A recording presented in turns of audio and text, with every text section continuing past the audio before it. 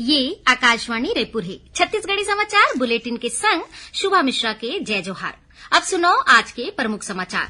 विकसित भारत संकल्प यात्रा के तहत प्रदेश के आने आने जगह में कार्यक्रम के आयोजन करके लोगन मन ला केंद्र सरकार के कल्याणकारी योजना के दे जावत है जानकारी। केंद्रीय जनजातीय कार्य मंत्रालय के उप महानिदेशक विश्वजीत दास हा पीएम जनमन योजना के लक्ष्य ला समय सीमा में पूरा करे के दिन निर्देश और बीजापुर जिला में प्रेशर बम के चपेट में आयले डीआरजी के प्रधान आरक्षक अरविंद एक्का घायल। अब समाचार विस्तार ले। विकसित भारत संकल्प यात्रा के तहत प्रदेश के आने आने जगह में कार्यक्रम के आयोजन करके लोगन मन ला केंद्र सरकार के कल्याणकारी योजना के जानकारी दे जावत है। यही कड़ी में संकल्प यात्रा मोबाइल वैन राजनांदगांव जिला के ग्राम पंचायत पेंडरवानी पहुंची, जी हां किसान मन ला खेती के नवा तकनीक ला अपनाए बर प्रेरित करेगी। एकरे संग खेत में ड्रोन ले नैनो यूरिया के छिड़काव के प्रदर्शन घलो करेगी। उन्हें बलरामपुर रामानुजगंज जिला के गांव सनावल कामेश्वर नगर तुगवा मझौली मानपुर और हर गांव में विकसित भारत संकल्प शिविर के आयोजन करेगी। ए दौरान आने आने विभाग डाहर ले केंद्र सरकार के जन कल्याणकारी योजना के जानकारी देबर स्टॉल लगाएगी। कार्यक्रम में गांव के लोगन मन हा विकसित भारत बनाए के शपथ लीन। उन्हें स्कूली लइका मन सांस्कृतिक कार्यक्रम घलो प्रस्तुत करीन। ओती कोरिया जिला के ग्राम कटगोड़ी और पुसला में विकसित भारत संकल्प यात्रा के आयोजन करेगी। इस दौरान जिला पंचायत के मुख्य कार्यपालन अधिकारी डॉक्टर आशुतोष चतुर्वेदी हा कहीन के जिला के हर एक नागरिक की जिम्मेदारी है कि भारत ला एक विकसित देश बनाए में सहयोग करे। यही बीच जगदलपुर के गांव भैंस बांधा रहवैया देवनाथ बघेल हा बताइन कि ओमन ला प्रधानमंत्री किसान सम्मान निधि के तहत किस्त के रूप में 2-2 रुपया मिले ले खेती किसानी में कतकोन सहायता मिलत है। उन्हें जगदलपुर के ग्राम पंचायत पारासामा डोंगरी निवासी बसंती हा केंद्र सरकार के आयुष्मान भारत योजना ला लाभदायक बताइन। केंद्रीय जनजातीय कार्य मंत्रालय के उप महानिदेशक विश्वजीत दास हा पीएम जनमन योजना के लक्ष्य ला समय सीमा में पूरा करे के निर्देश दिन। श्री दास हा काली रायपुर में संबंधित विभाग के नोडल अधिकारी मन के बैठका में कहीन के प्रधानमंत्री जनजातीय आदिवासी न्याय महाअभियान योजना यानी पीएम जनमन योजना विशेष रूप ले कमजोर जनजाति समूह के विकास की दिशा में केंद्र सरकार के एक महत्वपूर्ण योजना है। ओमन हा योजना के अंतर्गत निर्धारित लक्ष्य ला पूरा करे बर सबो नोडल विभाग ला एके संग मिलके काम करे बर जोर दिन। ओमन कहीन की एकर बर हर एक पीवीटीजी बसाहट के पूरा तरीका ले सर्वे करना जरूरी है, जेखर ले वो क्षेत्र विशेष में संबंधित सुविधा ला पहुंचाए जा सकत है। बैठका के अध्यक्षता आदिम जाति विभाग के आयुक्त शम्मी आबिदी हा करीन। जानवा के मुताबिक पीएम जनमन योजना में अवैया 9 केंद्रीय मंत्रालय के माध्यम ले 11 ठीन जरूरी काम करे जाना है। एमा पक्का घर, सड़क, विद्युतीकरण, साफ पानी, छात्रावास के निर्माण, मोबाइल मेडिकल यूनिट, पोषण वंधन केंद्र के स्थापना और आजीविका संवर्धन बर कौशल विकास के संग आने गतिविधि शामिल है। मुख्यमंत्री विष्णुदेव साय हा काली जसपुर जिला में करीब 111 करोड़ रुपया के आने आने विकास कार्य के लोकार्पण और भूमि पूजन करीन। एमा पत्थल गांव, जशपुर और कुनकुरी विधानसभा क्षेत्र के 182 निर्माण काम शामिल है।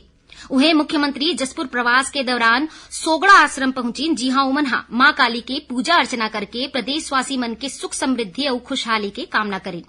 मुख्यमंत्री श्री साय हा भगवान राम के प्रतिमा के दर्शन करीन। एकरे संग सोगड़ा आश्रम के उत्तराधिकारी औघड़ संभव राम गुरुपद ले मुलाकात करके ओखर आशीर्वाद लीन। एकर पहली श्री साय मुख्यमंत्री बनाए जाए के बाद पहली बार अपन घर जिला जशपुर के आने आने गांव में पहुंची। ए दौरान ग्रामीण मन हा पारंपरिक वेशभूषा में मांदर और ढोल नंगाड़ा के संग ओखर स्वागत करीन। मुख्यमंत्री के गांव चिरई टांड और सलीहा टोली में पहुंचे मां गांव के मन उखर जोरदार स्वागत करीन। उन्हें माई लोगन मन तिलक लगा के मुख्यमंत्री ला बधाई दिन। एकर बाद मुख्यमंत्री हा कुनकुरी में रोड शो करीन, जी हां बड़ संख्या में पहुंचीन लइका माई लोगन और बुजुर्ग मन ला देख के श्री साय हा अपन गाड़ी ले उतर के ओखर अभिवादन स्वीकार करीन और उखर हालचाल पूछीन। ए मौका में कुनकुरी के शासकीय बालक मिडिल स्कूल मैदान में अग्रवाल समाज डहार ले मुख्यमंत्री श्री साय ला लड्डू ले तौलेगीस। मुख्यमंत्री विष्णुदेव साय आज रायगढ़ जिला के दौरा में पहुंची। इस दौरान ओमन हा लेलुंगा तहसील के भुइयापानी गांव में पहुंच के गुरु बाबा धनपति पंडा द्वारा स्थापित भगवान शिव और बजरंगबली की पूजा करके प्रदेशवासी मन के सुख समृद्धि के खुशहाली के कामना करी। छत्तीसगढ़ी समाचार बुलेटिन आपमन आकाशवाणी रायपुर ले सुनत हो। छत्तीसगढ़ के खबर ले है आपके वास्ता और खबर के विश्वसनीयता ले है हमार वास्ता।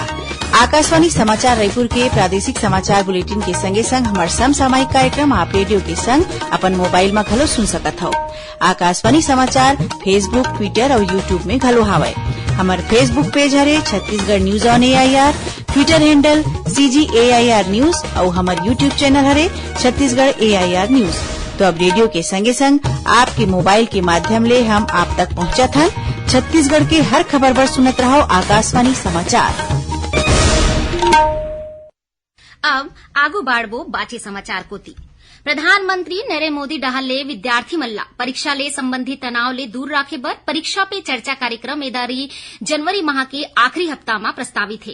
ये कार्यक्रम कक्षा 6वीं ले 12वीं तक के सब्बो विद्यार्थी, शिक्षक और पालक मन ला ऑनलाइन नामांकन के बाद प्रधानमंत्री ले संवाद के अवसर देथे। एमा शामिल सब्बो नामांकित प्रतिभागी मन ला सहभागिता प्रमाण पत्र दे जाही। विद्यार्थी मन के नामांकन समूह में शिक्षक डहार ले घलो करे जा सकत है। नामांकन करे की आखिरी तारीख 12 जनवरी है।